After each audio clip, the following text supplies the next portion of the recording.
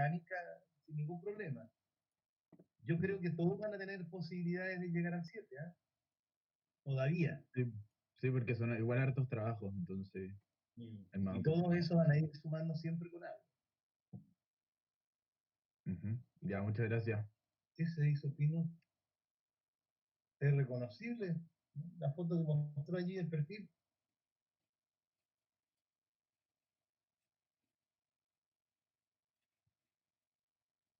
Bueno, vamos a comenzar en 2 minutos, chiquillos. Profe, Ya. ¿hay alguna posibilidad de que le pueda mandar un correo chiquitito? No ahora, que le quiero contar algo. Yo preferiría, Florencia, que iniciaran los trabajos. No me han mandado ninguno. ¿Para qué mandar correos? Mándame los trabajos que de repente pido. Porque es cierto que a lo mejor puedes tener problemas, pero no cumplen ninguno, todos, ninguno. Eres una de las pocas alumnas que no ha participado. Voy a revisar. Bueno, ahora ya estás fuera de tiempo, sí, estás fuera de clase, pero todavía quedan trabajos. Entonces yo te quiero que participes, que ganes décima y que trates de trabajar. En todo caso, mándame el correo, ahí veremos qué puedo hacer, si es que te puedo ayudar en algo. Ok. Bueno,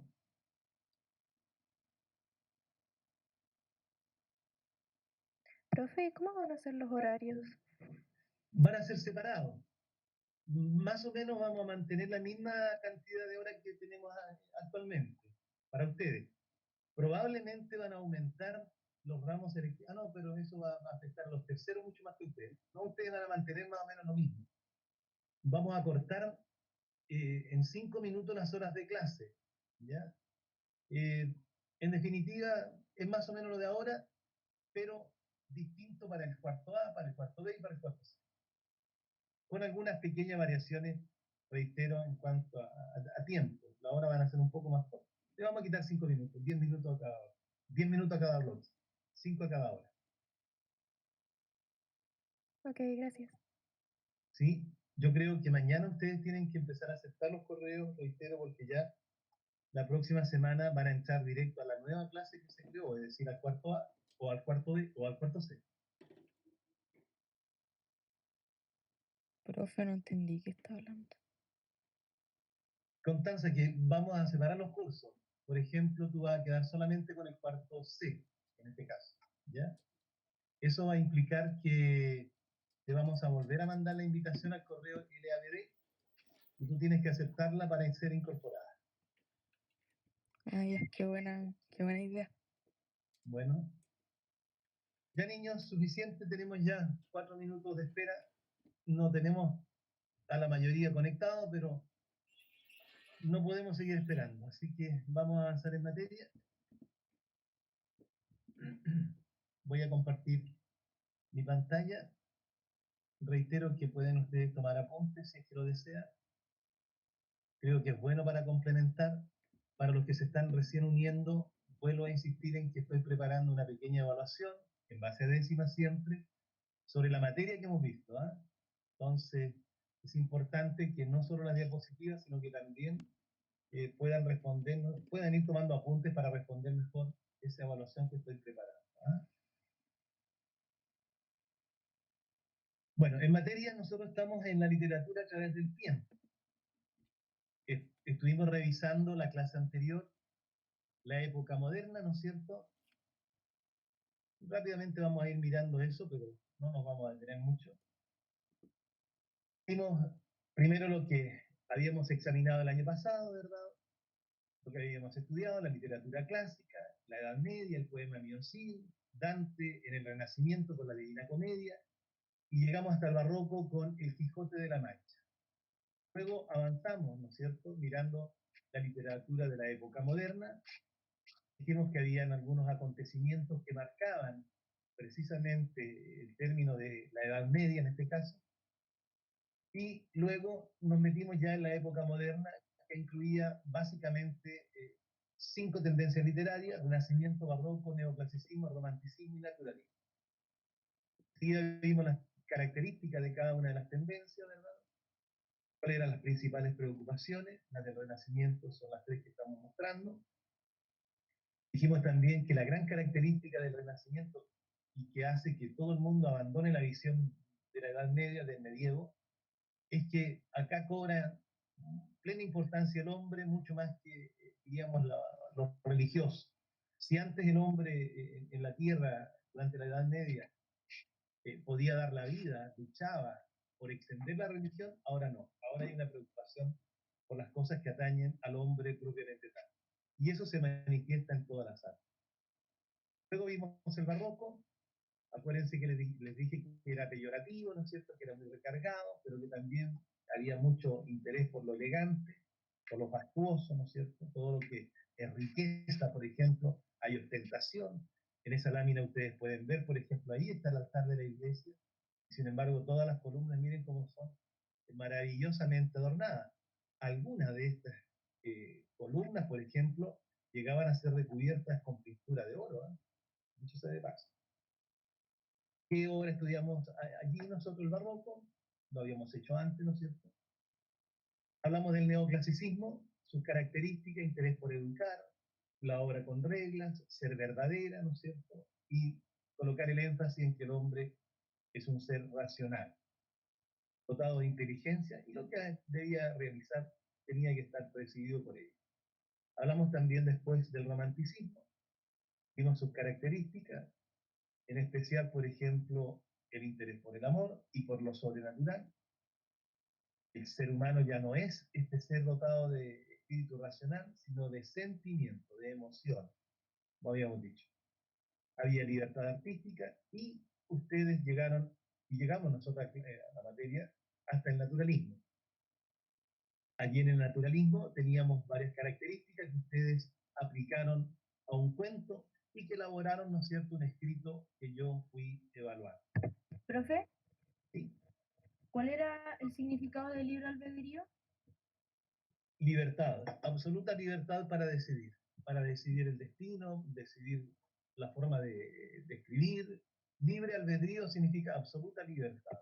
Ay, Libre, valga la redundancia, libre libertad. Una cosa así. ¿Ya? ¿Estamos? Bueno, esto fue todo lo que... Perdón, ¿alguien pregunta? no, no, no. Ya. Libre albedrío. Generalmente el libre albedrío se toma más en filosofía, para decir el hombre no tiene, no está atado a nada, tiene la capacidad para decidir, incluso su destino. ¿Ya? Eso se opone en cierta medida al determinismo hereditario que tenemos aquí. ¿Ya? Este determinismo hereditario significa que el hombre, ¿no es cierto?, está, a ver, el que nace pobre está condenado a morir pobre, por ejemplo. El que nace, qué sé yo, a ver, bajo ciertas circunstancias, esas circunstancias siempre se van a ver. ¿Ya? Estamos hablando del naturalismo, por favor. ¿Ya? Por lo tanto, no hay libertad como para cambiar. El que es pescador probablemente va a tener hijos que son pescadores, probablemente hijos que van a sufrir la misma miseria que su padre, etcétera, etcétera. Ese es el planteamiento del natural. ¿Ya? ¿No hay más dudas? Ahí teníamos los autores, examinamos, yo revisé el cuento La Vendetta y ustedes cuentos que yo les entregué del romanticismo, ¿no es cierto?, y del naturalismo. Ya, chiquillos, hoy día vamos a ver la otra parte, la literatura contemporánea. La literatura contemporánea de partida, cuando uno habla de contemporáneo, es lo que está cercano a mí, es decir, lo que está en mi tiempo. Contemporánea, con mi tiempo, es decir, cercano a mí. Pero, claro, si yo les pregunto, nosotros somos contemporáneos, chiquillos, ustedes se van a regar a reír. Este viejo está loco. Pero, sin embargo, pertenecemos a la época contemporánea. Y no solo ustedes, sino también sus padres, ¿ya? E incluso sus abuelos, ¿ya? La división de los tiempos, digamos en general, es mucho más amplia de la que uno pudiera imaginar. Cuando hablamos de la literatura contemporánea, entonces estamos hablando de la literatura principalmente del siglo XX, ¿ya? Vamos a decir, y aquí hay varias discrepancias al respecto, no todos los críticos coinciden precisamente en la fecha, pero para nosotros vamos a decir que la literatura contemporánea surge a fines del siglo XIX. Es decir, estamos hablando de 1800. A ver, recuerden, el naturalismo está segunda mitad del siglo XIX, 1850, 1860, 70, por allí, ¿no es cierto? Por lo tanto, 1890 más o menos surge la literatura contemporánea. Pero vuelvo a reiterar, en esto no hay una coincidencia absoluta. Pero sí que se desarrolla durante el siglo XX. Algunos críticos van un poquitito más allá y señalan que, por ejemplo, la literatura contemporánea surge después de la Segunda Guerra Mundial. Estamos hablando después de la Segunda Guerra Mundial, 1945, 1950. Imagínense ustedes. O sea, hay una discrepancia siempre en cómo uno ve, ¿no es cierto?, diríamos, la división de los tiempos. Pero nosotros basándonos estrictamente en lo literario, vamos a decir, a fines del siglo XIX, por lo que yo les voy a mostrar. Lo primero es que nosotros mirábamos el naturalismo y encontramos que la obra es de carácter realista.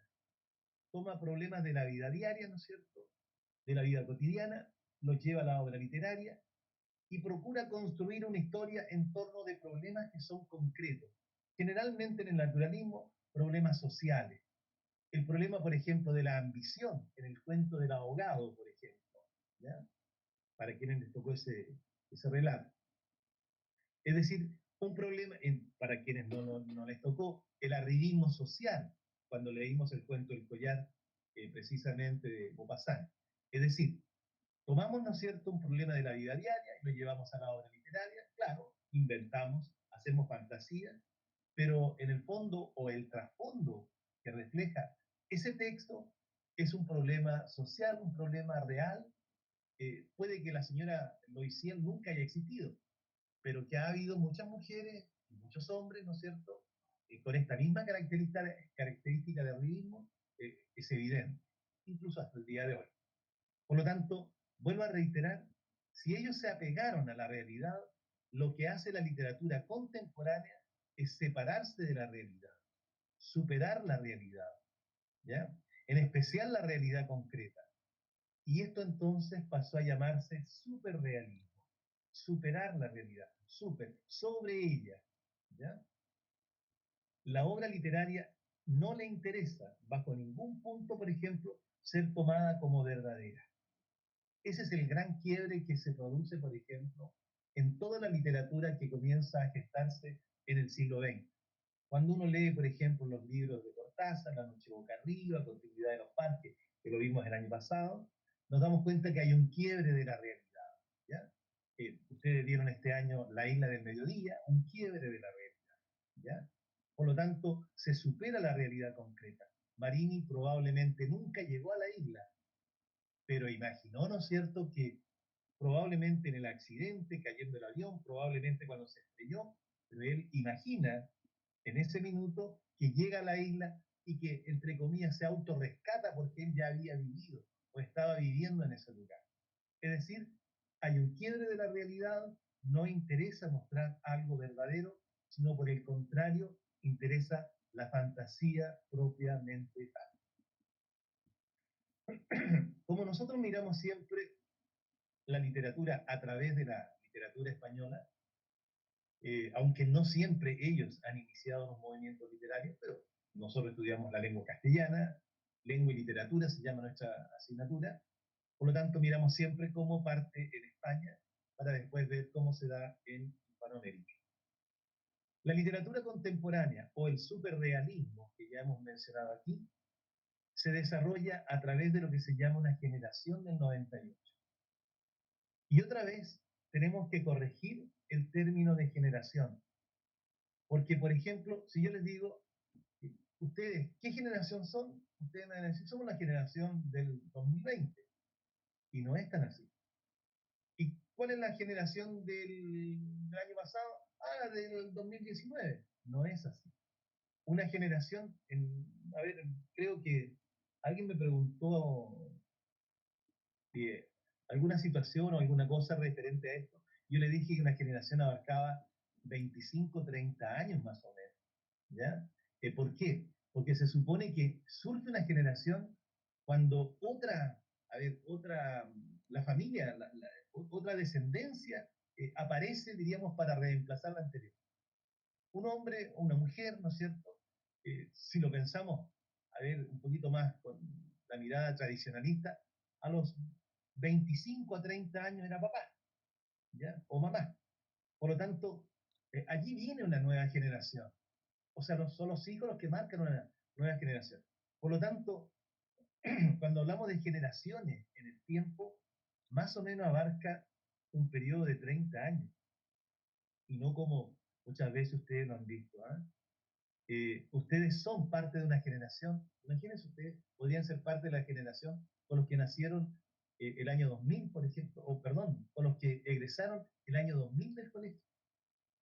Es decir, son más o menos 30 años. A veces hay características distintas y las generaciones se expresan un poco más. Pero en general, una generación eh, incluye como promedio gente que, a ver, se distancia entre 15 y hasta 30 años. ¿Ya? Bueno, no sé si hay alguna pregunta al respecto, si me dice. Yo, ¿Ya? entonces, al decir generación del 98, ¿desde dónde estaría partiendo? ¿Del 98 o terminando en el 98? La fecha se buscó. Es como un promedio, donde las personas más o menos están alrededor de esa fecha. Cuando hablamos del 98, tenemos que buscar, por ejemplo, por lo menos 15, 20 años antes y 15 o 20 años después. ¿Ya? Porque no, yo les hablo de 30 años, pero hay gente que es papá a los 35, a los 40 años. Entonces, son como 20 años para adelante, 20 años para atrás. ¿Ya? A no ser que existan otras características. ¿Alguien Ya, quiere hablar? gracias. Bueno, bueno. Hablamos de la generación del 98. ¿Y de dónde sale esto de año 98? ¿Por qué 98? ¿Por qué no le pusieron 90? O a lo mejor 1900, porque estamos hablando de 1898. Esta fue una generación importante, chiquillos. ¿Y de dónde surge el concepto de 98? Surge de que el año 1898 España pierde las últimas colonias que poseía. Cuando ustedes miran hacia atrás, por ejemplo, y miran el siglo XV, siglo XVI, España era un imperio.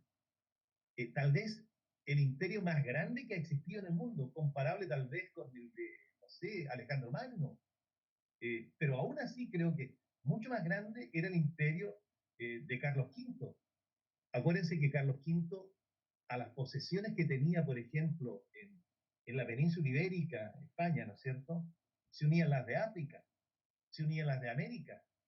Y no estoy seguro, pero a lo mejor ustedes me pueden corregir, pero me parece mucho que fue Krebs, Enrique Krebs, el que dijo, el que acuñó la frase de en España nunca se colocaba el sol. Es decir, mientras Europa estaba de noche, América estaba de día. Por lo tanto, en España nunca se colocaba, nunca se ponía el sol. Siempre había una localidad que estuviera de día. ¿Qué quiero decirles concretamente para que no se pierdan? Es que ese imperio que era España en el siglo XVI, en los años siguientes empezó lentamente a desaparecer. Nuestro propio país, en el año 1810, ¿no es cierto?, empieza su periodo de independencia, que culmina en el año 1818. Y después sigue toda América liberándose. Y todos los países van independizándose del yugo español. Y el último año, este año, 1898, España pierde las últimas colonias que poseía, concretamente Filipinas, Puerto Rico y la isla de Cuba. Son los tres últimos países hoy en día, ¿no es cierto?, que se liberan de este dominio español, y con ello España se reduce básicamente a la península ibérica que hoy día conocemos. El imperio de Felipe II, de Carlos V, tal vez todavía de Felipe III, ¿no es cierto?, ha desaparecido, ha desaparecido. Se llega a un proceso de decadencia completo en términos, por ejemplo, de riqueza, de amplitud de continente, de, qué sé yo, de extensión territorial. Todo eso ha desaparecido.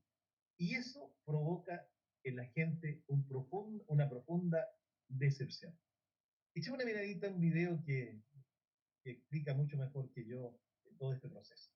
Hay detalle en este video, quédense con lo principal, no con los detalles. Hay bastantes nombres que van a ir surgiendo, pero no coloquen tanta atención a los nombres, sino que a lo sustancial. ¿Ya?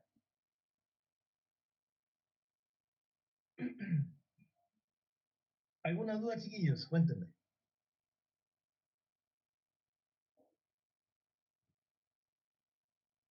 ¿No? Bueno, No, ¿perdón?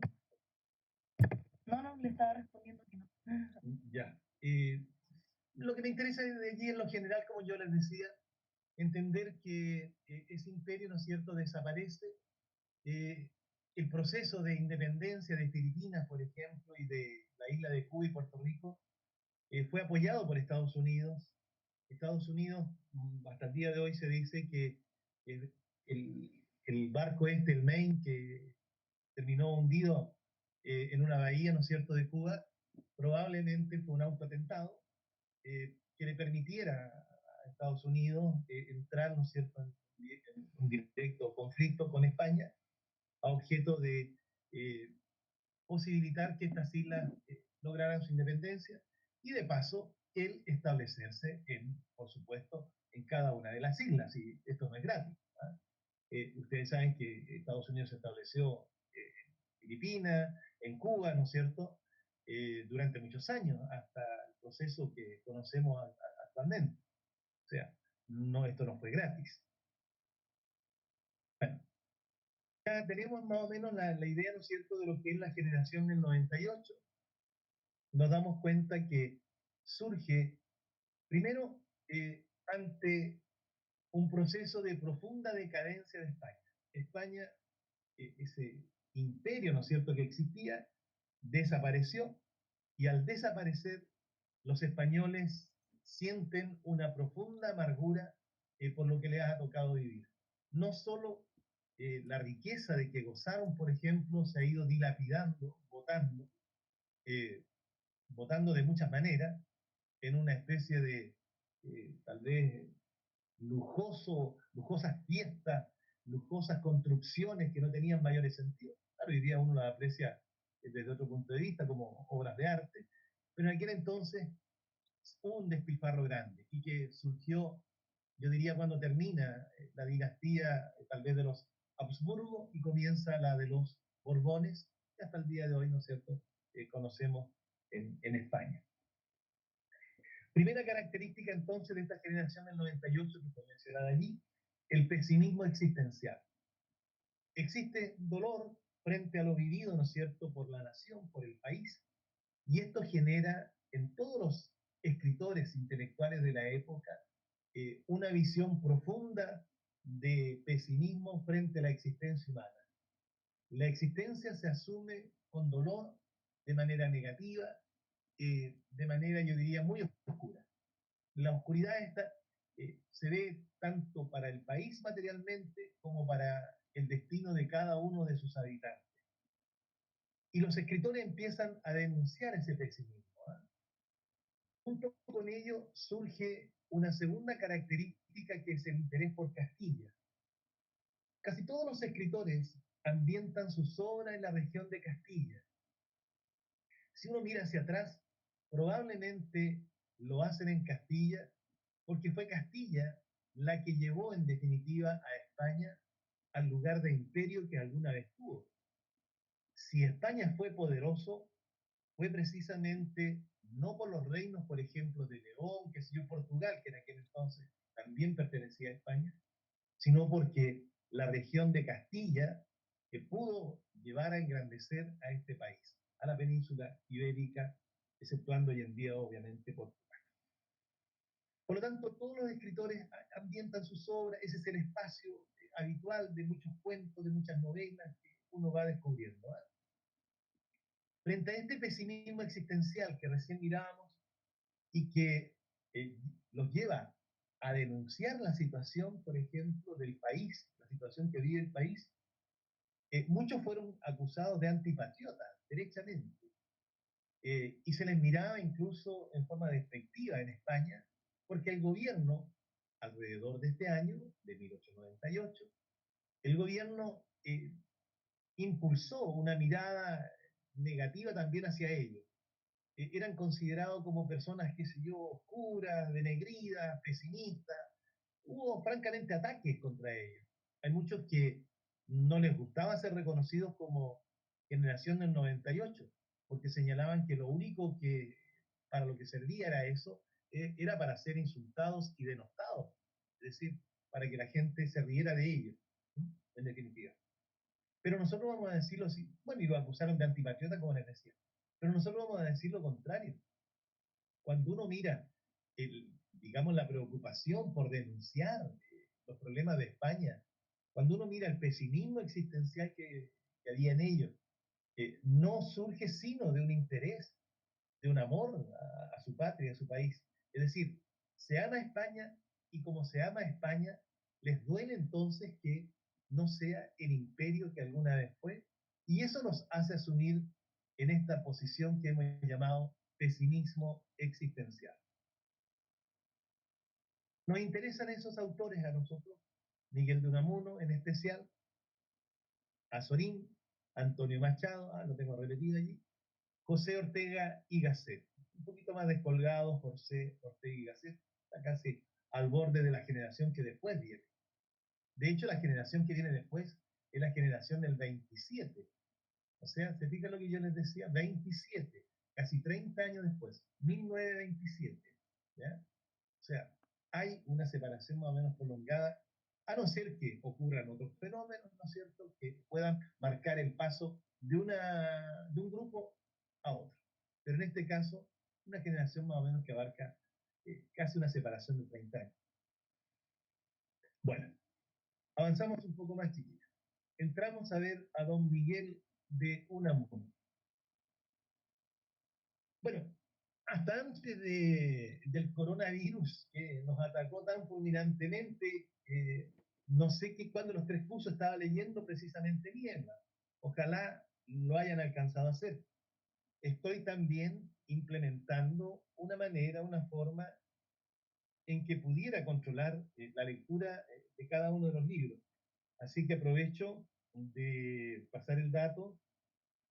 Esto va a tener lugar, yo diría que en una semana y media más.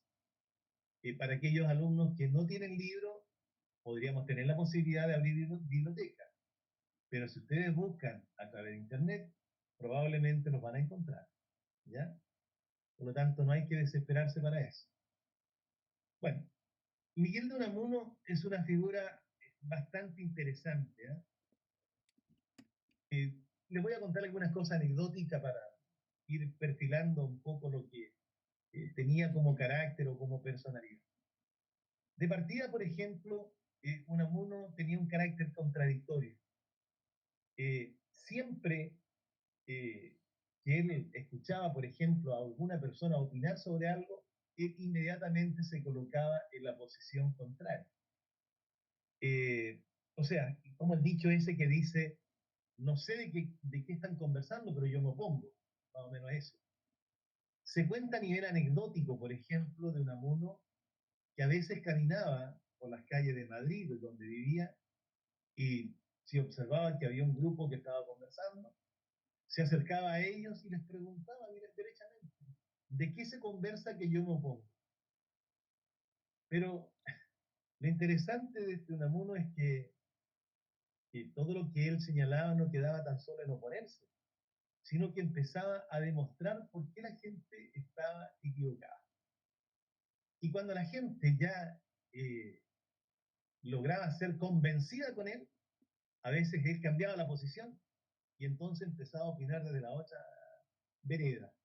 En el fondo le gustaba, diríamos, conversar con la gente, pero más que conversar, polemizar, colocarse en una posición distinta, diferente, y probar los argumentos. Tenía una capacidad de labia y oratoria bastante amplia, hay que decirlo. ¿Ah? ¿Ya?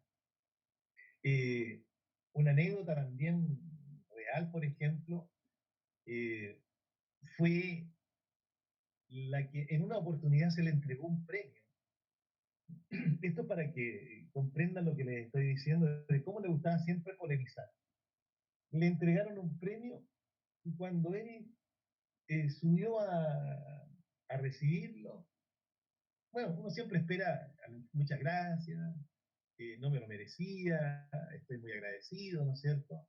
Usted ha sido muy generoso, tal vez soy un modesto escritor, pero bueno, es esa la posición que todo el mundo adquiere. Lo que hemos llamado, ¿no es cierto?, en el discurso argumentativo, la falsa modestia. Uno, si revisa el discurso, por ejemplo, de Neruda cuando recibió el premio Nobel, encuentra la falsa modestia. Si revisa el discurso de García Márquez, también. García Márquez llega en un momento de decir que el azar lo sorprende con el premio, nunca lo esperó y que el azar, el destino, por curioso que es, le hizo que él recibiera el premio Nobel no mereciendo, cuando era vastamente conocido. ¿Ah? Y Neruda también dice, yo vengo de un oscuro país, pequeño, chiquito, que nadie conoce, muchas veces, que yo no fui escuchado, pero de pronto entiendo que este reconocimiento no es para mí, sino para toda esa gente que vive en ese lejano país de cordillera, árboles y demás. Es decir, es la costumbre, ¿ya? Y cuando Unamuno lo recibe, entre otras cosas, no recuerdo bien las palabras, él señala, dice, muchas gracias por el premio que entregan. Y debo decir que hacía tiempo que la estaba esperando. Y no me explico por qué se demoraron tanto en entregarla. Y siguió en esa dinámica. Entonces terminó la entrega y al final le preguntan, don Miguel, usted siempre tan contradictorio, siempre tan contrario a lo que son las ceremonias y las cosas en general. Y él le preguntó, ¿por qué me dice eso? Bueno, porque usted dijo que muchas gracias, que el premio lo merecía, eh, que ¿por qué no se lo habían entregado antes? No, dijo, es que yo no soy ningún mentiroso. Entonces, cuando digo que me lo merezco, es porque me lo merezco. Entonces el periodista le pregunta, bueno, y los otros cuando generalmente dicen que no se lo merecen, si tampoco mienten, nunca lo han merecido. Soy yo el que lo merecía. Bueno, ese carácter tenía Unamuno. Hay una última anécdota que quiero contarle, y esta va con décima para quien me la explique. ¿Estamos? Estaba Unamuno descansando en su casa. O sea, estaba en el jardín de su casa. Y de pronto eh, pasa una señora y ve que Unamuno está debajo de un árbol. Está sentado a la sombra del árbol y le dice, don Miguel, descansando. Y él le respondió, no, trabajando. Pasó el rato y lo encontró que estaba podando una rosa, arreglando el jardín. Y le dice, don Miguel, trabajando. No, le dice, descansando. Por favor, ¿qué quiso decir? Estaba pensando. Cuando estaba trabajando estaba pensando. ¿Quién lo dijo? No, Yo, apellido. Diego. ¿Ya? ¿Y quién más se le unió para, porque creo que ambos iniciaron? Yo, Florencia Martínez. Ya. Explícalo, Diego, entonces, a ver, vamos. Que cuando estaba sentado bajo el árbol estaba tal vez pensando en alguna obra que quería escribir, pensando en la vida, en alguna metáfora filosófica, filosofando, no sé, haciendo uso de su cerebro, conciencia. Correcto, Por lo tanto, trabajaba con la mente. estaba como trabajando en lo que eres, porque Claro. Y cuando estaba podando, ella no estaba usando la mente, estaba usando las manos. claro. O sea, el trabajo para él era intelectual y lo manual era descanso. Cosa que para nosotros sería tal vez distinto. Así que ustedes tienen que honrarlo y ser profundamente trabajadores como él. Bueno, eso revela un poquito lo que les decía de carácter contradictorio de Neruda. Profe, usted Segunda una característica, vez, chiquilla. una vez Adelante. nos respondió esa frase. Cuando Perdón, estaba, fuerte. una vez nos respondió esa frase a mí y a Borja, creo, que ¿Quién? usted estaba en el pasillo mirando la ventana. Y le dijimos, ¿está descansando, profe? Y dijo, no, estoy trabajando, porque estaba Ah, pensando en el texto que había puesto en una prueba. Sí, igual estaba presente. chuta, estoy copiando. Chuta, me estoy echando al agua, qué terrible, qué terrible. Estoy copiando a las genios universales. Por Dios. Robando conocimiento. ¿Ah? Robando los conocimientos. Robando ideas, robando conocimiento. Bueno, los que no podemos crear, tenemos que repetirlo, pues chiquillos, ¿qué le vamos a hacer? Los creadores son pocos, los que repetimos somos muchos. Pero por último, logramos transmitir ideas. ¿No? Ya. Y por último, creo que a lo mejor los impresioné si lo recuerdan, porque yo no lo recuerdo. Ya, Profe, ya. para llegar a ser un gigante hay que subirse a hombros de gigantes. Ah, bien, chica, qué buena metáfora. Bien, bien, bien, me parece. Muy bien. Aunque claro, si uno está siempre descansando sobre los hombros de otro, pucha, difícilmente puede decir que todo lo que ha crecido, ¿no es cierto?, ha sido por virtud de sus propios méritos. ¿Ah? Pero bueno, acepto lo que diga. Ya. Bien, chiquillos. Sigamos lo nuestro. Tenemos ahora personajes que trascienden su realidad. Eh, efectivamente, los personajes de Unamuno son distintos. No son personajes literarios y se acabó.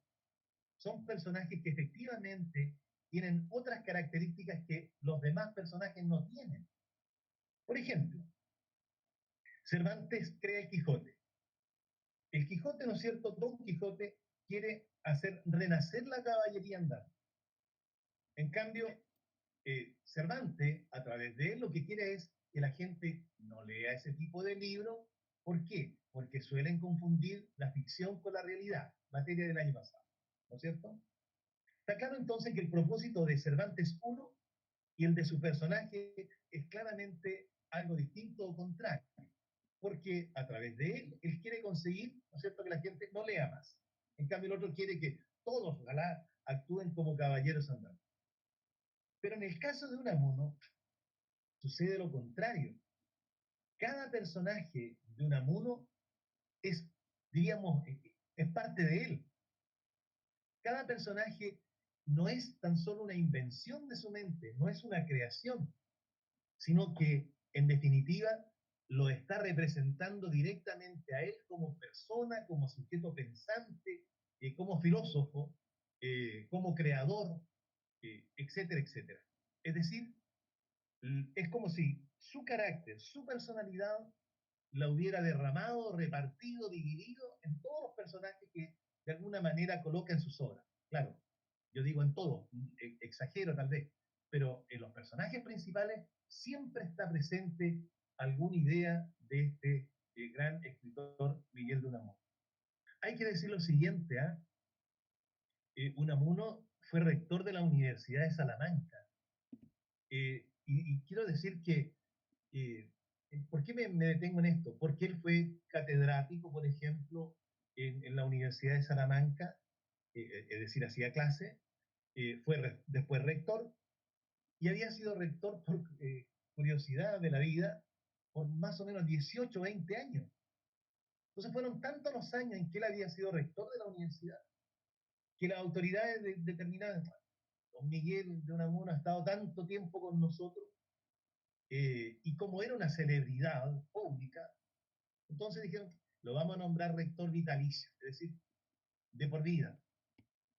Y resulta que lo nombraron rector vitalicio y como a los 2 años lo echaron. ¿Ya? O antes de los 2 años creo que fue. Lo echaron. Bueno, él se atrevió a hablar contra el gobierno de turno y lo sacaron lo mataron desterrado durante algún tiempo y le quitaron el cargo. Sin embargo, la presión de la gente fue tan grande que volvieron a colocar a Unamuno como rector de la universidad. Digamos también otro detalle en esto de lo que hablamos de la personalidad de Unamuno. Unamuno era un políglota. Muchos señalan que dominaba más de 10 idiomas, pero no los hablaba, los dominaba. ¿Ya?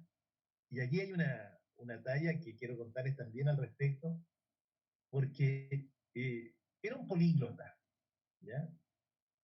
Dominaba el inglés, el francés, qué sé yo, el catalán también, una jerga del español, el esperanto, él propugnaba también, y qué sé yo, otras lenguas también.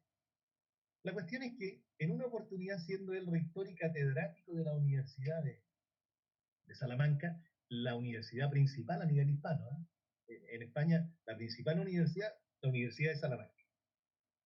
Bueno, él siendo rector dio una charla sobre Shakespeare. Entonces, cuando inició su charla, dijo: agradezco la concurrencia de la gente, de todos ustedes que están acá, para escuchar la charla que voy a dar sobre William Shakespeare. Miren qué curioso. William Shakespeare.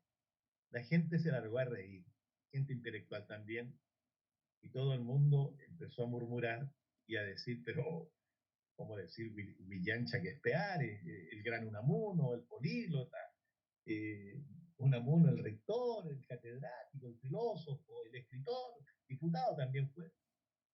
¿Cómo no decir William Shakespeare? Y obviamente que Unamuno esperaba eso. Entonces dejó que las murmuraciones terminaran, y cuando terminaron dijo: bueno, me doy cuenta, todo el mundo habla aquí inglés, han dicho muy bien, William Shakespeare, por lo tanto, sí, yo creo que, haciéndoles caso a ustedes, eh, prefiero dar la charla sobre Shakespeare en el idioma de Shakespeare, hagámoslo en inglés, y dio la charla en inglés, porque supuestamente, y es así, en español las palabras debieran leerse y se leen tal cual se escriben. En inglés se debe otra entonación. Por lo tanto, él leyó desde un punto de vista castellano, español, ¿no es cierto?, el nombre de William Shakespeare letra por letra. No le dio la entonación habitual de esta lengua y dio la charla en inglés y nadie entendió nada. ¿Ya? Es decir, siempre, o bueno, digo también exagero, nadie, algunos tienen que haber captado algunas cosas, pero en general, obviamente, él, dominando un idioma, fue capaz de dar una charla que los otros tal vez no pudieron seguir, la mayoría no pudo seguir. Pero así era este gran Miguel de Unamuno. Vuelvo sobre la idea, carácter contradictorio, lo he ilustrado con varias anécdotas, personajes que trascienden su realidad porque lo representan a él directamente, ¿ya? Lo representan a él como filósofo, como escritor, etc. Tercera característica, interés por la inmortalidad de la conciencia. Personajes que lo representan directamente.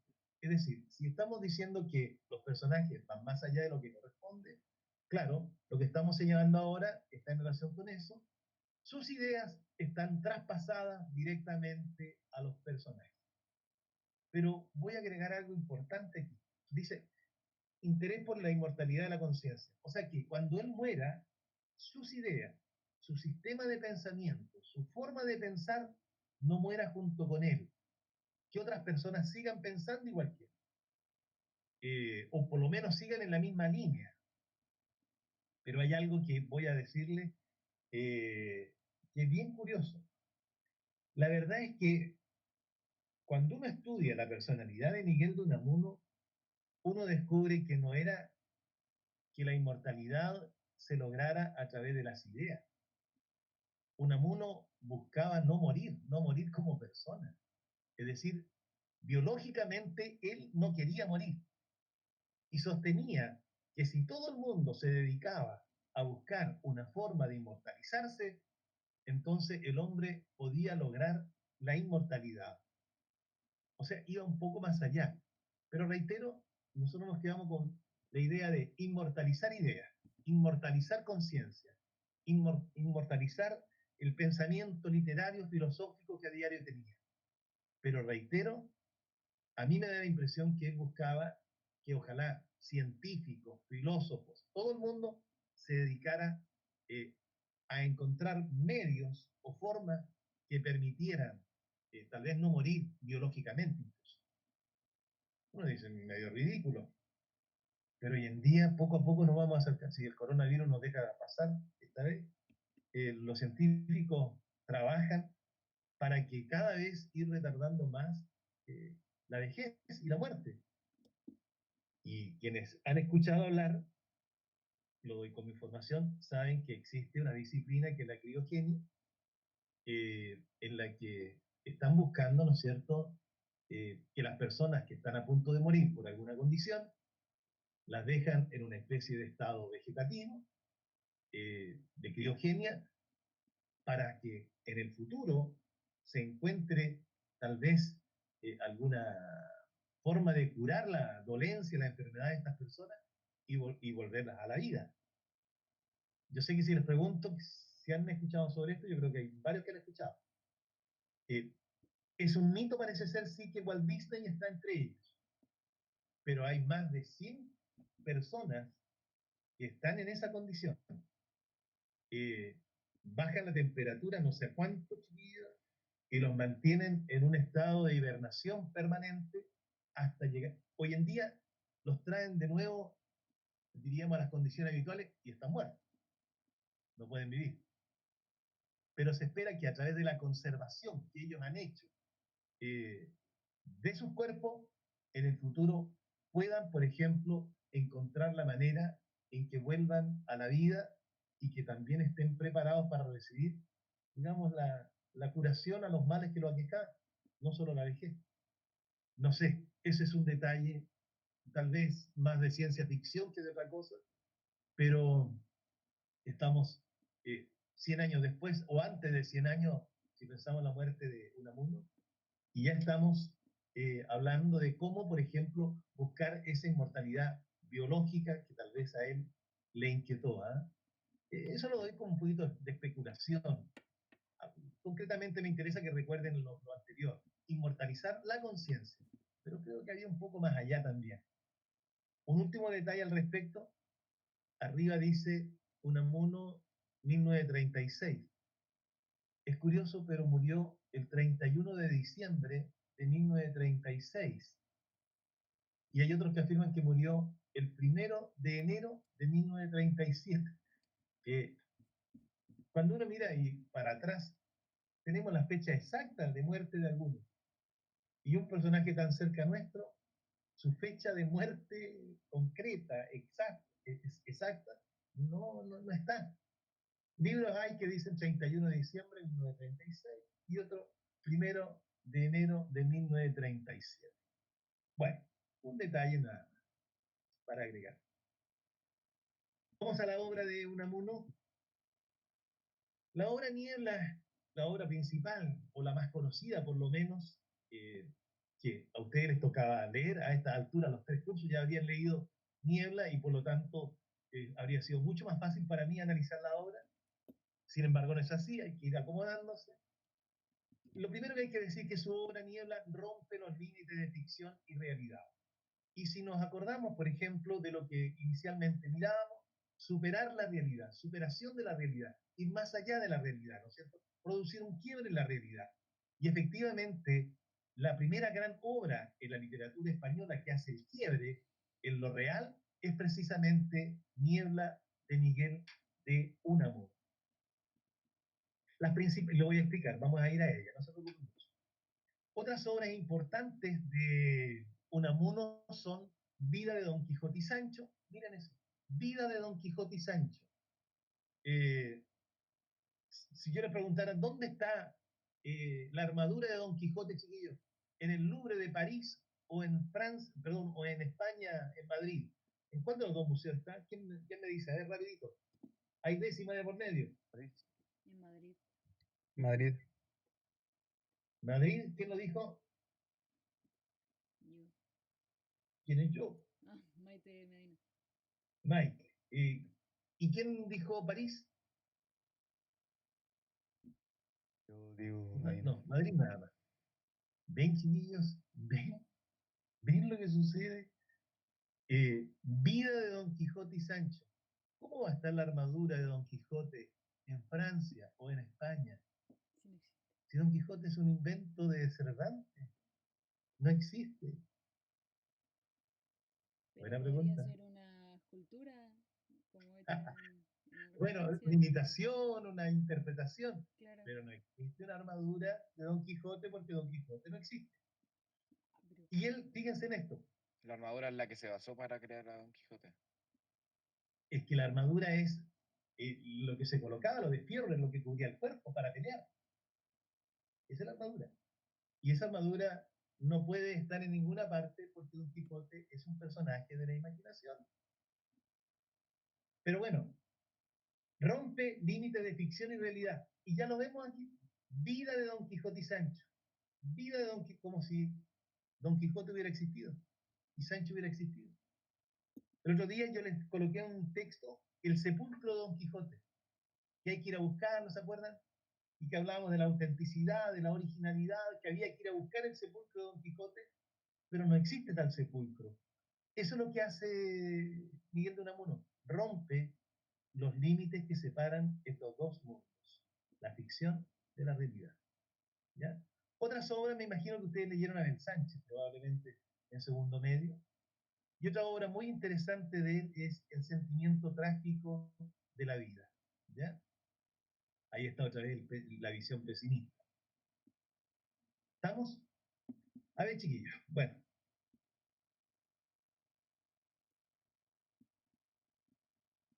Volvamos entonces a lo nuestro. Ya no estamos compartiendo pantalla. Vamos a mirar otra cosa. Por ahora. A ver. Vamos a tener que mirar la obra Niebla y para ello, por favor, coloquen atención porque les voy a relatar más o menos el argumento para que después leamos en conjunto un fragmento donde aprecien lo que yo les acabo de explicar. ¿Ah? Por lo tanto, escúchenme un poquito. La obra Niebla comienza cuando hay un personaje que se llama Augusto Pérez. ¿Ya? Augusto Pérez es un hombre que ha sido sobreprotegido por su madre y su madre teme que cuando ella muera, Augusto no sepa qué hacer. Efectivamente, la madre de Augusto muere y Augusto queda un poquito como desamparado, no sabe y no tiene una personalidad definida. Pero un día conoce una mujer, la ve en la calle nada más, se llama Eugenia, y decide seguirla, ¿ya? Diríamos casi por inercia. No sabía qué hacer y como no sabía qué hacer, la sigue. Y va tras ella. ¿Sí? Profe, ¿cuántos años tenía el personaje? Como para ubicarme en la mentalidad. Más o menos unos 25 a 30 años. Ah, ya, me lo imaginaba más. Y Eugenia entre 20 y 25 años. Ya, gracias. Entonces la sigue, la mujer llega hasta su casa, él averigua dónde vive, le pregunta a la portera algunos datos y lentamente empieza a cortejarla. Pero Eugenia tiene un novio, solo que el novio es un holgazán. Ella se dedica a hacer clases de piano, pero su novio, que se llama Mauricio, es un holgazán, no hace nada. Pero ella está enamorada de Mauricio. Y aunque Augusto la corteja y se logra ganar a los tíos de Eugenia, porque ella vive con sus tíos, aunque él logra ganárselos y los tíos se colocan de parte de él al ver que tiene una pequeña fortuna, Eugenia lo rechaza una y otra vez. Pero él paga la hipoteca de su casa. Y al pagar la hipoteca de su casa, Eugenia, la mujer, siente que la está comprando.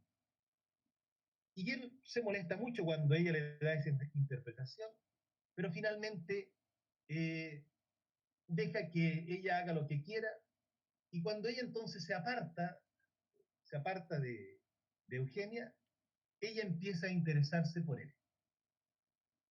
Y empiezan paulatinamente, diríamos, a conversar, él le propone matrimonio, mientras tanto hay otros detalles que no es necesario contarlo, voy a ir a lo principal nada más, pero él le propone matrimonio y ella lo acepta.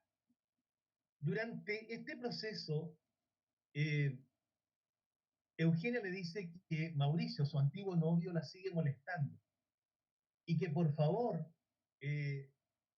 haga algo para que él, por ejemplo, para sacarlo de encima de ella, es decir, para que no la moleste más. Entonces, Augusto, sabiendo que está sin trabajo, le consigue un trabajo en otra ciudad. Y este hombre se va a ese nuevo trabajo y obviamente deja de cortejar a Eugenia y Augusto cree que el peligro, ¿no es cierto?, de que Eugenia estuviera interesada en Mauricio lo ha alejado y continúa tranquilo esperando el día del matrimonio. Sin embargo, 3 días antes de casarse, llega una carta de Eugenia en que le agradece haber encontrado trabajo para su novio, pero que ella no puede casarse con él porque ama a Mauricio y que por lo tanto a ese nuevo trabajo que él le consiguió, ella también se va a ir junto con él y lo deja en el tremendo desamparo. Augusto entonces decide suicidarse, ¿ya? Y aquí viene lo interesante. Decide suicidarse, pero antes de hacerlo, ha leído, hay varios personajes que aquí representan a Unamuno, como ya hemos dicho. Este Augusto lo representa a él en su cavilación, en sus dudas sobre la vida. Hay otros personajes que lo representan como escritor dentro de la misma novela. Y hay incluso un filósofo que allí aparece que también lo está representando a él. Pero nos centramos en la historia para que entendamos lo último de la materia que yo explicaba. Entonces, él ha leído un ensayo sobre un escritor, perdón, que habla sobre el suicidio. Porque Augusto, en el desamparo, aunque tenía la posibilidad de otra niña, decide suicidarse. ¿Ya? Y ahí estamos. Entonces vamos a leer un fragmento para que vamos entendiendo eso de personajes que trascienden su realidad, ruptura de entre la ficción y la realidad. Yo voy a leer la primera página, por favor, algún lector que me acompañe con la segunda. Fíjense que hay un prólogo en esta obra Niebla. El que lo escribe es Víctor Gotti, pero resulta que Víctor Gotti es un personaje de la obra Niebla. Si recordamos, nosotros cuando estudiamos a Cervantes dijimos siempre, a ver, hasta antes de Cervantes, cuando alguien escribía una obra, le pedía a otra persona que fuera más importante que le escribiera el prólogo. Cuando esta persona más importante le escribía el prólogo, lo estaba como recomendando, porque ninguna persona importante le iba a hacer el prólogo, ¿no es cierto?, a una persona que escribiera un libro y que este libro no tuviera una calidad literaria aceptable. Por lo tanto, era pedirle a alguien más importante que lo avalara, que lo apoyara, haciendo todo. Pero resulta que con Cervantes nosotros nos encontramos que él mismo escribió su prólogo porque dice que no tenía nadie más a quien pedirse. Pero ahora, en el colmo del asunto, hay un personaje, Víctor Gotti, que es amigo íntimo de Augusto Pérez, con él conversa muchas cosas durante el libro, que él va y escribe el prólogo. El prólogo siempre estaba hecho para ser escrito por una persona real y concreta. Unamuno ya rompe esa dinámica y mete a un personaje suyo a escribir. Y entonces dice, se empeña don Miguel de Unamuno en que ponga yo un prólogo a este su libro en que se relata la tan lamentable historia de mi buen amigo Augusto Pérez y su misteriosa muerte. Y yo no puedo menos sino escribirlo, porque los deseos del señor Unamuno son para mí mandatos, en la más genuina acepción de este vocablo. Claro, obvio, si el otro es el autor. Víctor Gotti es un personaje. Sin haber yo llegado al extremo del escepticismo hamletiano de mi pobre amigo Pérez, que llegó hasta dudar de su propia existencia, estoy por lo menos firmemente persuadido de que carezco de eso que los psicólogos llaman libre albedrío. No tengo libertad, lo que preguntábamos delante. Aunque para mi consuelo, creo también que tampoco goza don Miguel de él, o sea que también él está sujeto a un destino y que no él libre. Mucho se me ocurre atañedero al inesperado final de este relato y a la versión que en él da don Miguel de la muerte de mi apreciado amigo Augusto, versión que estimo errónea, pero no es cosa que me ponga yo ahora aquí a discutir en este prólogo con mi prologado, es decir, con Unamuno. Pero debo hacer constar, en descargo de mi conciencia, que estoy profundamente convencido de que Augusto Pérez, cumpliendo el propósito de suicidarse que me comunicó en la última entrevista que con él tuve, se suicidó realmente, y de hecho, y no solamente idealmente y de deseo. Creo tener pruebas fehacientes en apoyo de mi opinión, tantas y tales pruebas que deja de ser opinión para llegar a conocimiento. Y con esto acabo. Es un fragmento del prólogo. Es decir, él como personaje no quiere entrar a cuestionar, ¿no es cierto?, a Unamuno, pero él sostiene que su amigo Augusto Pérez se suicidó y que tiene pruebas fehacientes. Bueno, ese es el prólogo. Ahora empieza la historia, pero aquí no empieza. Estamos en el capítulo 31, imagínense ustedes. ¿Ya? Dice, aquella tempestad del alma de Augusto terminó como en una terrible calma, en decisión de suicidarse.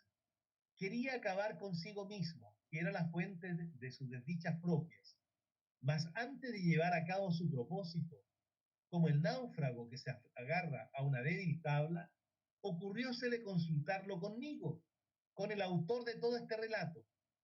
Por entonces había leído Augusto un ensayo mío en que, aunque de pasada, hablaba del suicidio, y tal impresión pareció hacerle, así como otras cosas que de mí había leído, que no quiso dejar este mundo sin haberme conocido y platicado un rato conmigo. Emprendió pues un viaje acá, a Salamanca, donde hace más de 20 años vivo, para visitarme. O sea, Augusto va a conversar con alguien que habló sobre el suicidio, que escribió sobre el suicidio, pero ese alguien es el propio Miguel de Unamuno, ¿ya? O sea, el personaje va a hablar con su autor. Ruptura de límites entre ficción y realidad. Cuando me anunciaron su visita, sonreí enigmáticamente y le mandé pasar a mi despacho librería.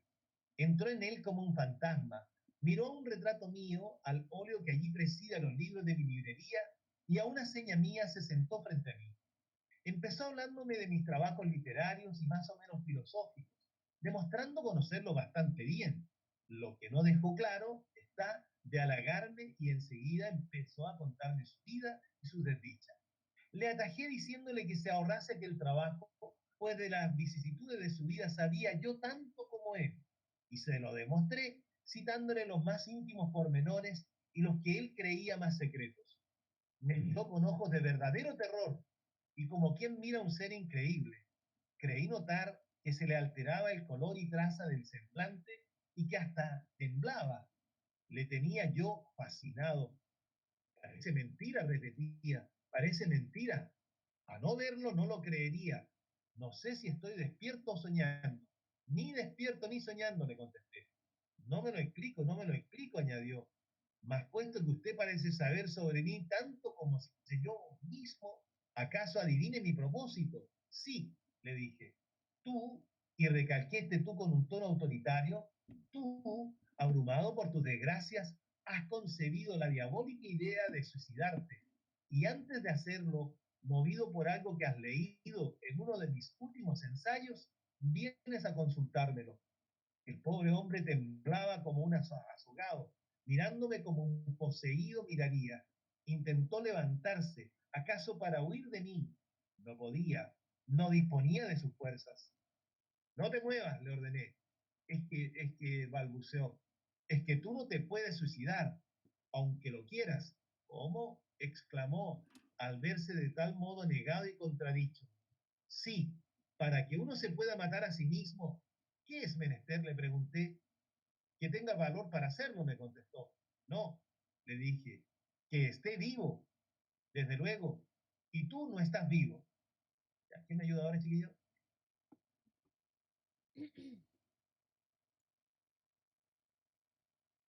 Vamos, chiquillos, una ayudita. Profe, pero tiene que compartir el documento, ¿no? Va, perdónenme. Chuta, miren, ay, entre más viejo, más tonto. Inmediatamente. Ah, qué les A ver.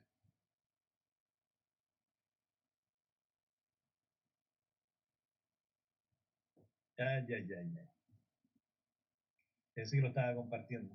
Disculpen. Ojalá que hasta aquí lo hayan entendido.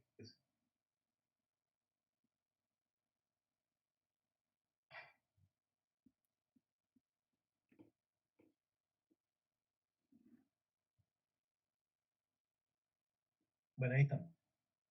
Hasta aquí, ¿no es cierto? Él se iba a suicidar, parte a hablar con el que, autor de un ensayo que había leído, y resulta que es el propio Unamuno. Es decir, la ruptura entre ficción y realidad, ¿no es cierto?, se ha dado, no hay límites, están mezclados, el autor hablando con su personaje.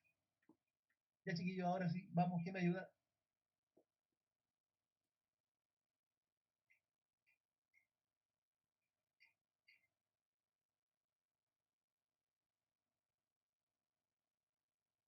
Yo siempre estoy más llano después cuando corrijo a ayudar a aquel que me ayuda. Yo leo, profe. Diego, Diego, ¿no? Sí, Ya, vamos. Gracias. Diego Medina. ¿Sí? ¿Le voy a hacer un poquito de zoom, por favor? Ah, perdón, disculpa. Diego Medina Pérez, ¿no es cierto? ¿Sí? Sí. Perfecto. ¿Ya? Ahí estamos. Ya vale. ¿Cómo que no estoy vivo? ¿Es que me he muerto? Y empezó, sin darse clara cuenta de lo que hacía, a palparse a sí mismo. No, hombre, no, le repliqué. Te dije antes que no estabas ni despierto ni dormido, y ahora te digo que no estás ni muerto ni vivo. Acabe usted de explicarse una vez, por Dios. Acabe de explicarse, me suplicó consternado, porque son tales las cosas que estoy viendo y oyendo esta tarde que temo volverme loco. Pues bien, la verdad es, querido Augusto, le dije con la más dulce de mis voces, que no puedes matarte porque no estás vivo, y que no estás vivo ni tampoco muerto, porque no existes. ¿Cómo que no existo? Exclamó. No, no existes más que como ente de ficción. No eres, pobre Augusto, más que un producto de mi fantasía y de las de aquellos de mis lectores que lean el relato que tus fingidas venturas y maldanzas he escrito yo. Tú no eres más que un personaje de novela, o de nívola, o como quieras llamarle. Ya sabes, pues tu secreto. Al oír esto, quedóse el pobre hombre mirándome un rato con una de esas miradas perforadoras que parecen atravesar la mira a ir más allá. Miró luego un momento a mi retrato al óleo que preside a mis libros, le volvió el color y el aliento, fue recobrándose, se hizo dueño de sí, apoyó los codos en mi camilla, a que estaba arrimado frente a mí, y la cara en las palmas de las manos, y mirándome con una sonrisa en los ojos, me dijo lentamente, mire usted bien, don Miguel, no sea que esté usted equivocado y que ocurra precisamente todo lo contrario de lo que usted cree y me dice. ¿Y qué es lo contrario? Le pregunté alarmado de verle recobrar vida propia. No sea, mi querido Miguel, añadió, que sea usted y no yo el ente de ficción, el que no existe en realidad, ni vivo ni muerto. No sea usted que no pase de ser un pretexto para que mi historia llegue al mundo.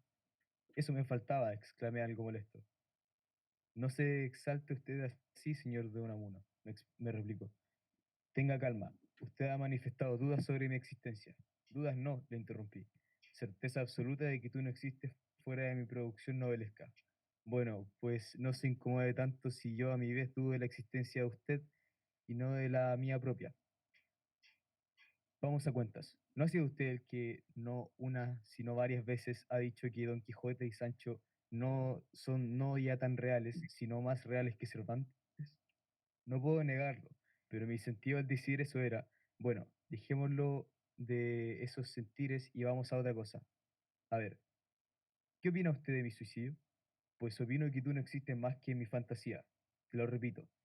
Y como no debes ni puedes hacer sino lo que a mí me dé la gana, y como no me da la real gana de que te suicides, no te suicidarás. Lo dicho. Eso de, eso de no me, eso de no me da la real gana, señor de Unamuno, es muy español, pero es muy feo.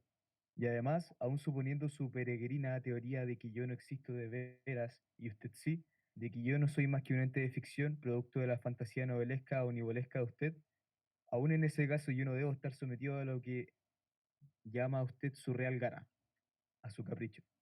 Hasta los llamados entes de ficción tienen su lógica interna. Sí, conozco esa cantata. En efecto, un novelista, un dramaturgo, no pueden hacer en absoluto lo que se les antoje de un personaje que creen. Un ente de ficción novelesca no puede hacer en buena ley de arte lo que ningún lector esperaría que hiciese. Yo, sea por mí mismo según creo, sea porque usted me lo ha dado, según supone usted, tengo mi carácter, mi modo de ser, mi lógica interior. Y esta lógica me pide que me suicide. Eso te creerás tú, pero te equivocas. A ver, ¿por qué me equivoco? ¿En qué me equivoco? Muéstreme usted en qué está mi equivocación. Como la ciencia más difícil que hay es la de conocerse a uno, a uno a sí mismo, fácil es que esté yo equivocado y que no sea el suicidio la solución más lógica de mis desventuras. Pero demuéstremelo usted, porque si es difícil, amigo don Miguel, ese conocimiento propio de sí mismo, hay otro conocimiento que me parece no menos difícil que él. ¿Cuál es? Le pregunté. Me miró con una enigmática y socarrona sonrisa y lentamente me dijo, pues más difícil aún que el que no se conozca a sí mismo es el que un novelista o un autor dramático conozca bien a los personajes que finge o cree fingir. Empezaba yo a estar inquieto con estas salidas de Augusto y a perder mi paciencia. E insisto, añadió, en que aún concedido que usted me haya dado el ser y un ser ficticio, no puede usted, así como así, y porque sí, porque le dé la real gana, como dice, impedirme que me suicide. Bueno, basta, basta, exclamé dando un puñetazo en la camilla. Cállate, no quiero oír más impertinencias, y de una criatura mía. Y como ya me tienes harto y además no sé ya qué hacer de ti, decido ahora mismo que no te suicides, sino matarte yo. Vas a morir. Pues, pero pronto, muy pronto. ¿Cómo? Exclamó Augusto sobresaltado. ¿Que me va a usted dejar morir? ¿A hacerme morir? ¿A matarme? Sí, voy a hacer que mueras. Ah, eso nunca, nunca, nunca, gritó. Ah, le dije mirándole con lástima y rabia. ¿Con que estabas dispuesto a matarte y no quieres que yo te mate? ¿Con que vas a quitarte la vida y resistes a que te la quite yo? Sí, no es lo mismo. En efecto, he oído contar casos análogos. He oído de uno que salió una noche armado con un revólver y dispuesto a quitarse la vida. Salieron unos ladrones a robarle, le atacaron, se defendió, mató a uno de ellos. Huyeron los demás y al ver que había comprado su vida por la de otro, renunció a su propósito. Se comprende, observó Augusto. La cosa era quitar a alguien la vida, matar a un hombre. Ya que mató a otro, ¿a qué había de matarse? Los más de los suicidas son homicidas, frustrados. Se matan a sí mismos por falta de valor para matar a otros. Ah, ya, te entiendo, Augusto, te entiendo. ¿Tú quieres decir que si tuvieses valor para matar a Eugenia o Mauricio o a los dos no pensarías en matarte a ti mismo, eh? Mire usted, precisamente a esos no. ¿A quién pues? A usted. Y me miró a los ojos. ¿Cómo? Exclamé poniéndome de pie. ¿Cómo? ¿Pero se te ha pasado por la imaginación matarme? ¿Tú? ¿Y a mí? Siéntese y tenga calma. ¿O es que cree usted, amigo don Miguel, que sería el primer caso en que un ente de ficción, como usted me llama, matara a aquel a quien creyó darle ser ficticio? Esto ya es demasiado, decía yo paseándome por mi despacho. Esto pasa de la raya, esto no sucede más que en nieblas, concluyó él con sorna. Bueno, basta, basta, basta. Esto no se puede tolerar. Vienes a consultarme a mí y tú empiezas por discutirme mi propia existencia, después el derecho que tengo a hacer de ti lo que me dé la real gana. Sí, así como suena, lo que me dé la real gana. Lo que me salga de... No sea usted en español, don Miguel. Y eso más, mentecato. Pues sí, soy español, español de nacimiento, de educación, de cuerpo, de espíritu, de lengua y hasta de profesión y oficio. Español sobre todo y ante todo. Y el españolismo es mi religión. Y el cielo en que quiero creer es una España celestial y eterna, mi Dios, un Dios español, el de nuestro Señor Don Quijote, un Dios que piensa en español y en español dijo, sea la luz, y su verbo fue verbo español. Bien, ¿y qué? Me interrumpió, volviéndome a la realidad.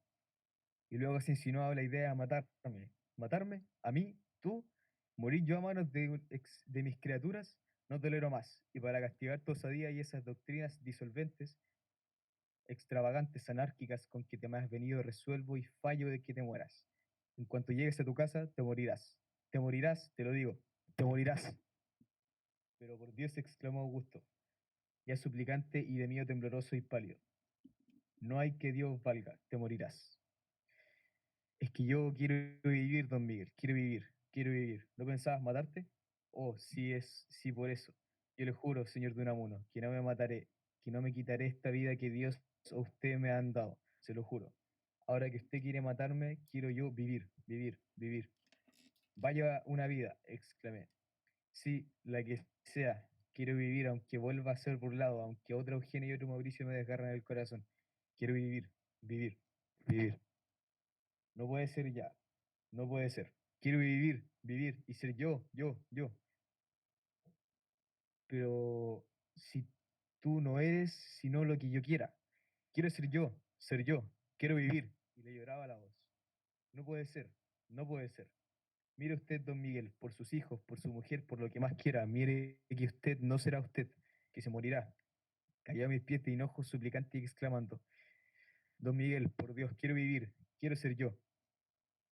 No puede ser, pobre Augusto, le dije cogiéndole una mano y levantándole. No puede ser. Lo tengo ya escrito y es irrevocable. No puedes vivir más. No sé qué hacer ya de ti. Dios cuando no sabe qué hacer de nosotros nos mata. Y no se me olvida que pasó por tu mente la idea de matarme. Yo te ayudo ahora, Diego. Gracias. ¿Ah? Pero si yo, don Miguel, no Padre. importa, sé lo que me digo y me temo que en efecto, si no te mato, pronto acabes por matarme tú. Pero no quedamos en que no puede ser. Augusto, no puede ser. Ha llegado tu hora. Está ya escrito y no puedo volverme atrás. Te morirás. Para lo que ha de valerte ya la vida. Pero por Dios, no hay pero ni Dios que valga. Vete. Con que no, me dijo, con que no. No quiere usted dejarme ser yo, salir de la niebla, vivir, verme, oírme, tocarme, sentirme, dolerme, serme, con que no lo quiere, con que he de morir, ente de ficción. Pues bien, mi señor creador, don Miguel, fíjese en esto que es bien interesante para la propia vida de uno. Pues bien, mi señor creador, don Miguel, también usted se morirá, también usted, y se volverá a la nada de que salió. Dios dejará de soñarle, se morirá usted, sí, se morirá aunque no lo quiera, se morirá usted, miren ahora, y se morirán todos los que lean mi historia, cuidado chiquillos, cuidado, todos los que lean mi historia, todos sin quedar uno, entes de ficción como yo, lo mismo que yo, se morirán todos, os lo digo yo, Augusto Pérez, ente ficticio como vosotros, nivolesco, lo mismo que vosotros, porque usted, mi creador, mi don Miguel, no es usted más que otro ente nivolesco, y entes nivolescos sus lectores, lo mismo que yo, que Augusto Pérez, que es su víctima.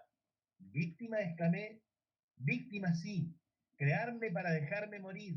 Usted también se morirá.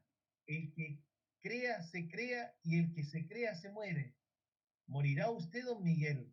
Morirá usted y morirán todos los que me piensen, eh, todos los que me piensen. A morir pues.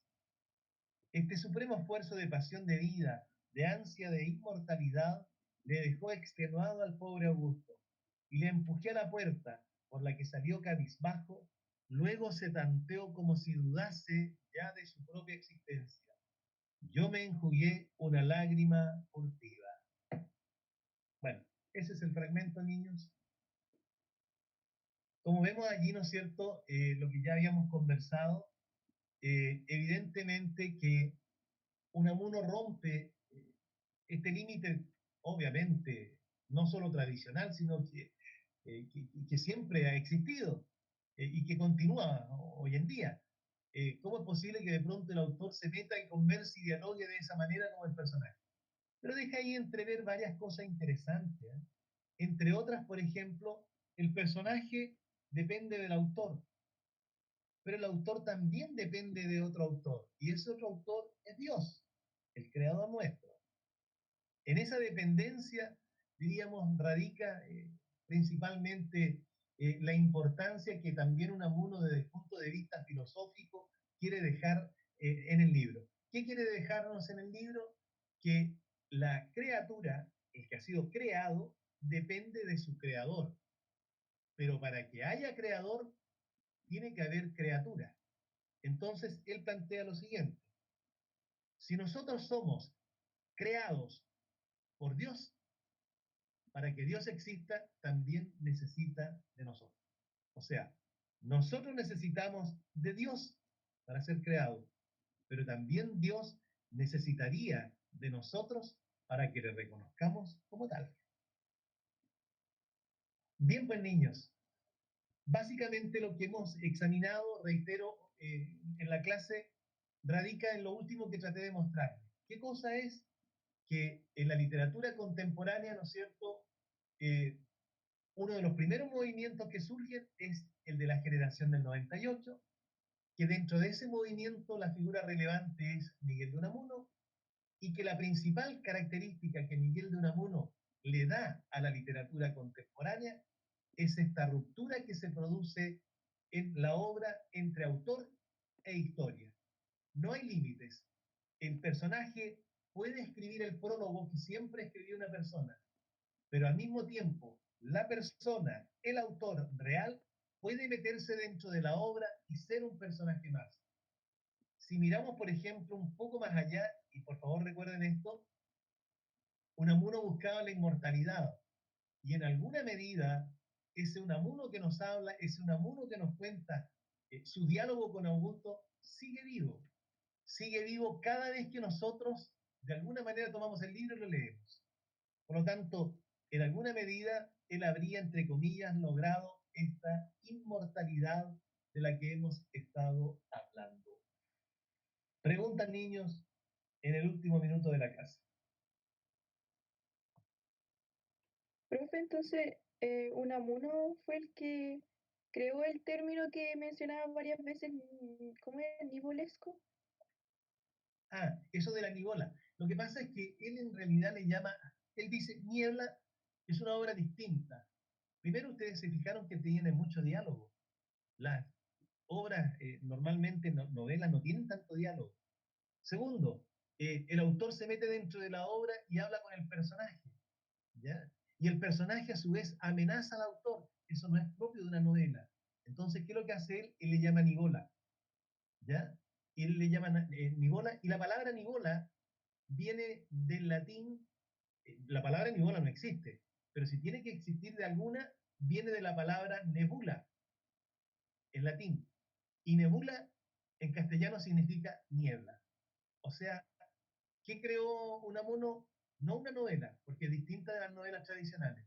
Creó una nivola. ¿Y qué es una nivola? Una niebla. ¿Alguna otra pregunta, chiquillos?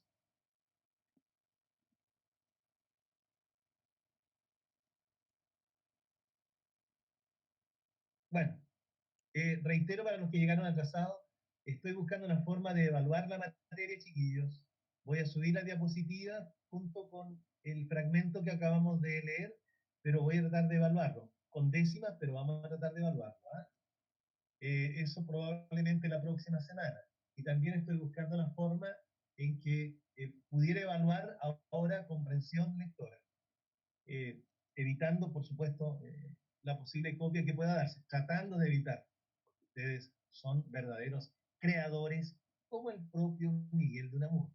Siempre habrá alguna mente privilegiada que logre crear algún sistema. No cabe duda. Son expertos, niños. Y confío en ustedes en esa expertise que tienen. Así que buscaremos alguna forma de minimizarla, pero no puedo decir evitarla. Nos vemos, chiquillos. Gracias por conectarse. Chao, Que profe, tengan que un buen estén día. bien. Chao, profe, buen día, gracias. Profe. Profe. Chao, profe.